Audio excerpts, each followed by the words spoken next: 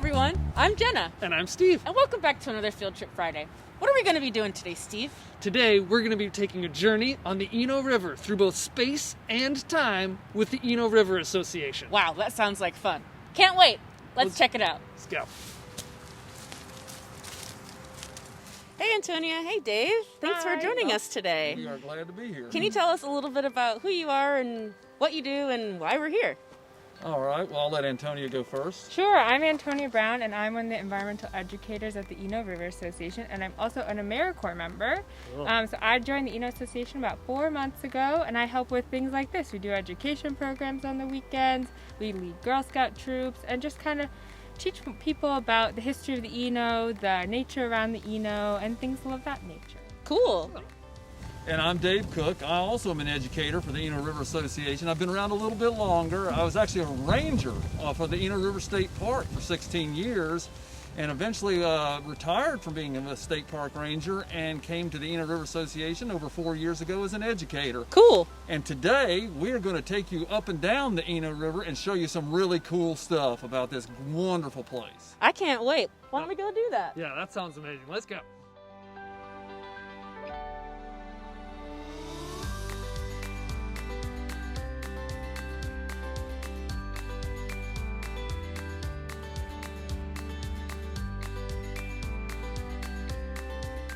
So, Antonia, thank you for joining us today.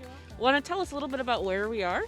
Yeah, so first let's talk a little bit about like the history of the area and the history of the people. Sure. So when you think about the Eno, or when you think about maybe the history of people interacting with the Eno, maybe you think about the settlers that lived along the Eno, or some of the really cool houses that are still here from hundreds of years ago.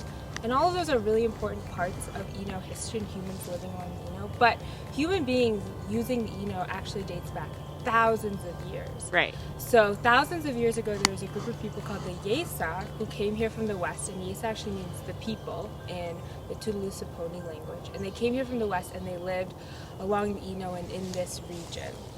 And over thousands of years, they broke up into other various tribes.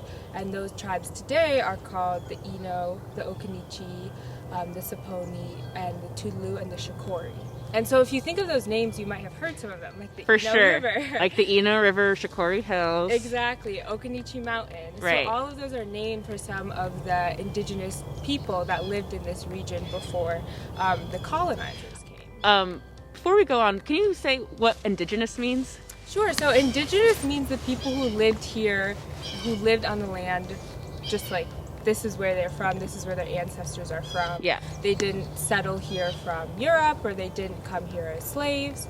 It's the people, it has some sort of connection to the land. So we're going to talk about the Okinichi, and the Okinichi actually lived on Roanoke River in Virginia.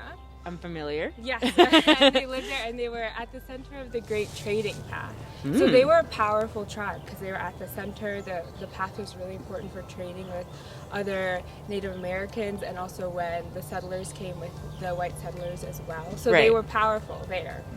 But in 1676, with Bacon's rebellion, Nathaniel Bacon came, and he massacred up to 300 Okinichi people. So when that happened, they moved down to this area. And that's where we are today. This is the site where they moved after the massacre because they needed additional protection. Right. Because they had so few people.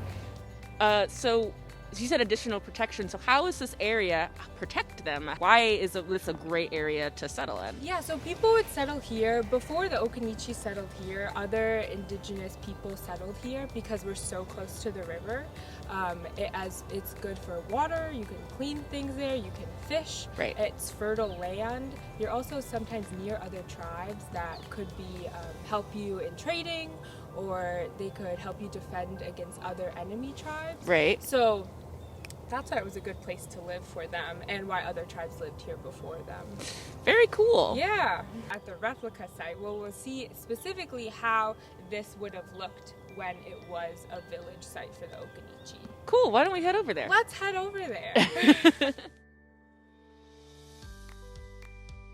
So, Antonia, can you tell us a little about where we are right now? Yeah, so right now we're in a replica of the Okinichi site, or the Okinichi Village, where they would have lived, where we just were, where they would have lived in around the 1650s. Cool. So how it looks right now, you'll see that there's like a wall on the outside, and that would have been a wall, a palisade wall was in the structure. And then within the structure, there would have been like 10 interior structures like this where people would have lived inside the wall to protect them. And about 50 to 75 people would have lived here. And then also there was a sweat lodge in the center of kind of this area and a cemetery on the outside. So that would be the structure of how this would have all looked hundreds of years ago. But we're here like in a replica. So in a replica. Yeah. And it's also kind of a little bit smaller.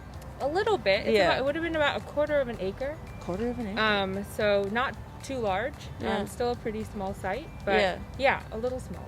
So, even the Okinichi folks lived here for not that long in the span of things too. They were still residents of this area. And I know some people in lots of different areas of the United States now, it's becoming a common practice to do a land acknowledgement. Can you tell a little bit about what a land acknowledgement is, and maybe we can make one? Sure. So a land acknowledgement, yes, is something that is becoming more common today because people are coming to the realization that the land that they had is not theirs. It was taken. It is originally from the Native American people who lived here. So organizations and communities have started to do these land acknowledgements to acknowledge that they are not the first people of this land. Can we make a land acknowledgement right now? Yeah, we can. What do you think we should include? Maybe some That's a great question. So some of the important parts, I think, when you're doing a land acknowledgement is to think about who was on the land before, right? Right. So we could do some sort of land acknowledgement where the Museum of Life and Science and the Eno River Association acknowledges that this land was previously held by the Yesa people of the Okinichi, Saponi, Tuvalu, Shakori, and the Eno tribes. Great. Thank you, Antonia. You're welcome. I love that. Thank you. I'm glad you asked us what we should include, because it's not, if we're going to make a land acknowledgement, we have to actually think about that. Yeah. We're just like, oh man. Yeah, so those would be some things to include. And you could also include, like, we acknowledge the slaves that lived on this land previously. So there's a lot of things you can include in a land acknowledgement. There's no formula. There's no right way or wrong way. It's just kind of to take a second for you to think about who was on this land and how you can honor who they were and who they still are. Right. Yeah. Because I think that's one of the interesting things about this is that I think in a part we're trying to recognize people as people, right, throughout history, and regardless of their cultural origins or even their kind of geographic origins, that the people are what we're kind of recognizing, and the humanity in us all and these different cultures along the way. And so it seems like that acknowledgement and that inclusion can extend across cultures, across times, including the people who live here in Hillsborough now. Right. Thank you, Antonia. You're welcome. So much. Thank you, thank you, thank you.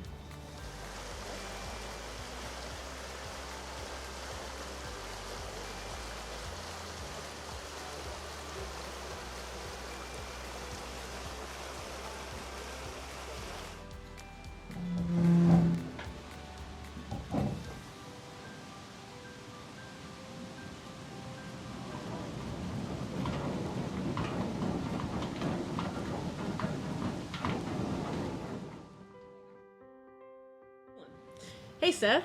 Hey, good morning. How are you? I'm doing all right. Thank you for asking. So I would just love if you would just tell us about who you are and where we are right now. My name is Seth Dubowski. I work for Durham Parks and Recreation. I'm a historic mill interpreter. And we are currently in the West Point Mill, which is part of West Point on Eno Park. Cool. So what exactly is a mill? This particular mill is what they call a grist mill. This is where you would come as a local farmer to get your corn and wheat ground for your family grain that you needed for the winter. Do people still use the mill today? We do still run the mill as a living history site. We still grind yellow and white corn, yellow and white grits, and whole wheat. So this mill is typical of the mills that you would find on the Eno River. This is a commercial, industrial, and social center. Cool. So you would come here to get your family grain ground, but this was also a store and a post office. There was a sawmill on this site. There was also a cotton gin on this site. And a lot of your news and gossip you would pick up here. You would meet your neighbors, meet your friends. Cool. Sounds like a one-stop shop to do all of the errands and tasks that... Yes. At any given time, you might find dozens of people hanging out here on the weekend or when they were here getting their grain ground. We know people swam in the mill pond, and we know also that there was horse races and other social activities, dances sometimes in the mill yard that took place here. That is really cool. I would love to talk a little bit more about how a mill works. So at this point we have what we call our furniture set off on the side. Normally it would sit on top of this pair of stones. Okay. This is the bed stone. Okay. It does not move. Okay. This is called the runner stone. This hoist is specifically matched to that. So we actually crank this up, we can pivot the stone, swing it over, place it on top. Okay. This is the stone that spins based on that slotted gear that fits inside. Yeah. Okay. The stones never touch. They're always okay. a little bit apart. Okay. And they're there to crack the grain. Humans cannot digest uncracked grain, Right. which is why we have to grind corn and wheat. Right. This actually sits on top of that spindle like a record. Okay. When you see the back of it, what looks like damage back there is actually where they knocked a piece off to keep it from wobbling. Oh, That's how okay. they balanced it. Add a piece, knock a piece off. Yeah, kind of to balance the rotation. Old school millers would do one of these deals where they'd go like that, and they would just knock a chunk of the back off. Wow. It's plaster on the back, which holds all of these together. And then Wow. Band-Aid with a iron. The furniture would go on top. The hopper up top opens up. Somebody would get up there, pour grain in through the top. It kind of shakes its way down, and then it works its way through the hole in the center. Grinds to the outer edges. And the water wheel turns Yes. the stone, moves the stone? The gearing turns this shaft here, which is actually down underneath. Mm-hmm. It's a shaft that comes directly straight up through the floor. Okay, ready when you are, Seth. Jenna, you ready? Yeah. Cool.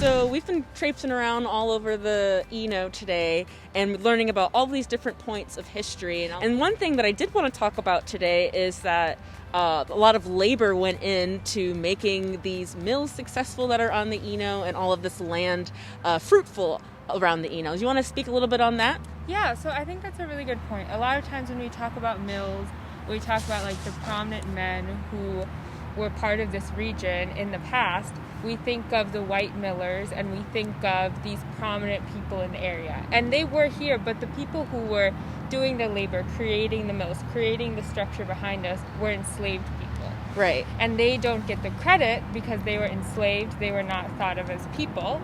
So that's why it's not as much talked about. But they were very much part of all. None of this could have been possible without the enslaved people being here and being the labor. Dave, we have some other historical context you would like to add as well? Well, you know, the first mills came to the Eno beginning in the 1750s, and so, you know, and those first colonists bringing them, that was the labor source they brought, was enslaved Africans, and then through the slave trade they brought more people in. So I would contend, because all of the work that had to happen, so often, just as Antonio said, we hear about the history of the person that operated or owned the mill. But the people that created the opportunity, that built the mill races, built the mill dams, that worked the fields, that brought the grains in, those people are every bit as important as the people that owned the land and owned the mills, and should not be forgotten.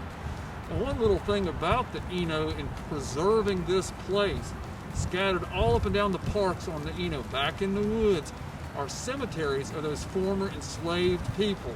And those people are, their resting places are being conserved and preserved because we have protected the Eno. Thank you for saying that. It is a very important aspect. Yeah.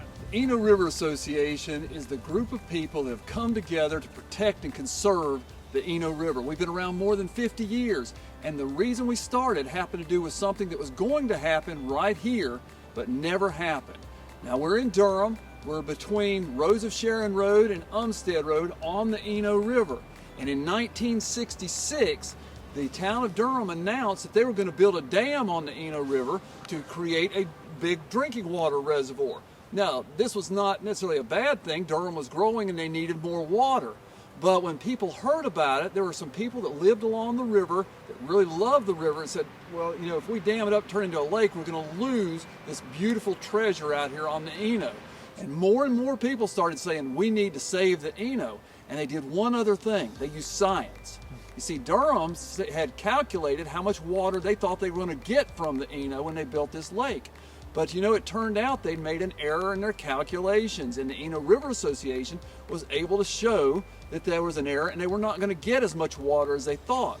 So they took all that information and all that support now for protecting the Eno and convinced Durham not to build the reservoir, and they realized, you know, but that's not enough. We got to also protect all this land around it. So then they convinced the state of North Carolina to create the Eno River State Park to protect all this land, and we became what's called a land conservancy. We started helping acquire lands in order to protect the Eno River, and we do that to this day, and so far have had a hand in protecting over 7,000 acres on the Eno that we can all still enjoy.